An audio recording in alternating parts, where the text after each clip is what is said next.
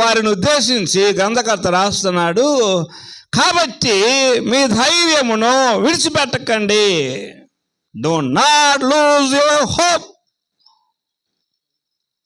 మీ నిరీక్షణ పోగొట్టుకోవద్దు.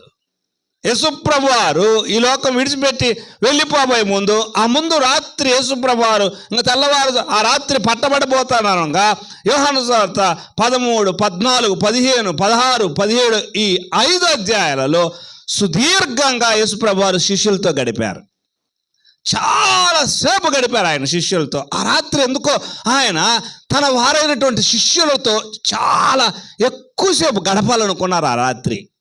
ఎందుకంటే అదే ఆయనకు చివరి రాత్రి, శిష్యులతో ఉండబోయే రాత్రి. ఆ రాత్రి చివరి రాత్రి, మేడగది ప్రసంగం అంటారు దాన్ని. ఓకే, అప్పర్ రూమ్ డిస్కోర్స్ అంటారు. ఆ మేడగదిలో